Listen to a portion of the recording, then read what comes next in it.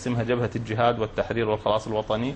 أصبح الأستاذ عزة الدوري رئيسا أو قائدا لها عسكريا وسياسيا، والمتحدث هو نائبا له في هذه الأمور اللي تخص الجهاد. فيجب على كل مسلم في هذا البلد اللي هو العراق أن يقاتل ويدافع لتحرير بلد الإسلام وبلد الخلافة.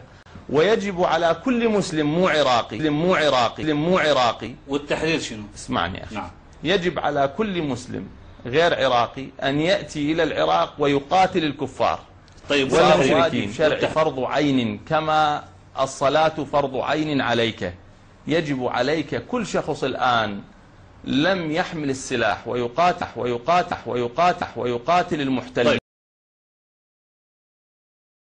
ومن جاء معهم على دباباتهم. أنا أعتقد أن أحذية البعثيين اللي كانوا ينتعلوها قبل الاحتلال أشرف من كل الذين جاءوا على دبابات. بعدين الدول العربية السعودية والأردن ومصر، وصار لقاءات بيننا وبينهم، فطلبوا أن نتواجد لندافع عن حقوقنا، ونصحونا أن يكون لنا وهذا الأمر بوقتها الدول العربية جابت موافقة من الأمريكان رغم أنوف بالعملية السياسية، فحضرنا. فإحنا كنا محتاجين. أنتم راضين تكون رئيس البرلمان اللي في وقته المقاومة جابته لأنه يمثل جهة من هذه المقاومة، وكذلك أعضاء في البرلمان وفي الحكومة إلى آخره. يعني الدكتور محمود المشهداني طبعا قال أنكم دعمتم القائمة العراقية بالانتخابات الأخيرة.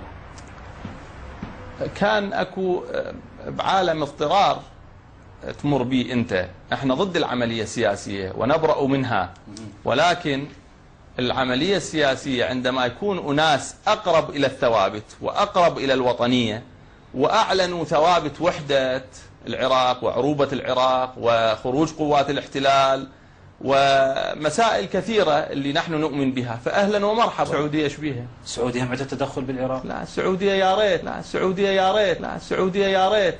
يعني يا ريت الآن أنا يا ريت السعودية يا ريت تتدخل، يعني يا ريت تتدخل بالعراق، يا ريت تتدخل بلد